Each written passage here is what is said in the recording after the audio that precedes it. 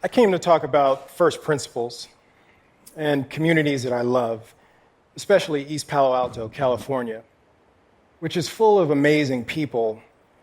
It's also a community that's oddly separated by the 101 freeway that runs through Silicon Valley. On the west side of the freeway in Palo Alto are the haves, on just about any dimension you think of: education, income, access to water. On the east side of the freeway are the have-nots. And even if you don't know East Palo Alto, you might know this story of East Side disparity, whether it's the separation of the railroad tracks in East Pittsburgh, or the Grosse Pointe Gate in East Detroit, or East St. Louis, or East Oakland, East Philly. Why is it that communities on the social, economic, and environmental margin, they tend to be on the east sides of places? Turns out it's the wind. If you look at the Earth from the North Pole, you'd see that it rotates counterclockwise. And the impact of this is that the wind in the northern and the southern hemispheres blow in the same direction as the rotation of the Earth, to the east. So the way to think about this is, imagine you're sitting around a campfire. You got to seat 10 people. You got to keep everyone warm.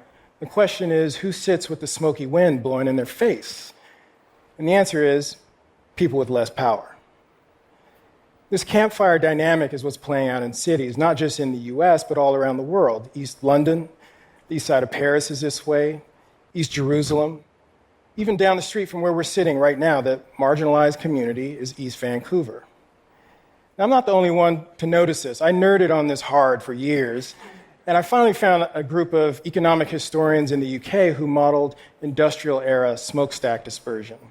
And they came to the same conclusion mathematically that I'd come to as an anthropologist, which is wind and pollution were driving marginalized communities to the east. The dominant logic of the industrial era is about disparity. It's about haves and have-nots, and that's become part of our culture. That's why you know exactly what I'm talking about if I tell you someone's from the wrong side of the tracks. That phrase comes from the direction that wind would blow dirty train smoke, to the east, usually. I'm not saying every single community in the east is on the margin or every community on the margin is in the east, but I'm trying to make a bigger point about disparity by design. So if you find yourself talking about any cardinal direction, or a freeway, a river, some train tracks, you're talking about an east side community. Now, the wind is obviously a natural phenomenon, but the human design decisions that we make to separate ourselves is not natural. Consider the fact that every East Side community in the United States was built during the era of legal segregation.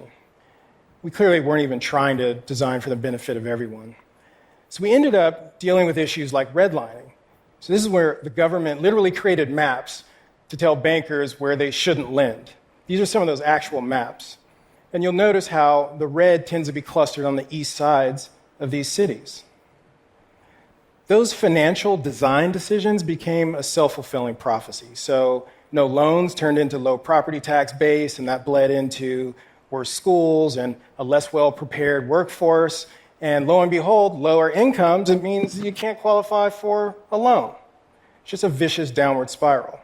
And that's just the case with lending. We've made similarly sinister design decisions on any number of issues, from water infrastructure to where we decided to place grocery stores versus liquor stores, or even for whom and how we design and fund technology products.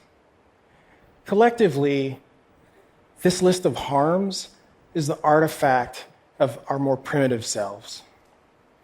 I don't think this is how we'd want to be remembered, but this is basically what we've been doing to East Side communities for the last century. The good news is it doesn't have to be this way. We got ourselves into this East Side dilemma through bad design, and so we can get out of it with good design. And I believe the first principle of good design is actually really simple. We have to start with the commitment to design for the benefit of everyone. So remember the campfire metaphor. If we want to benefit everyone, maybe we just sit in a horseshoe so nobody gets the smoke in their face.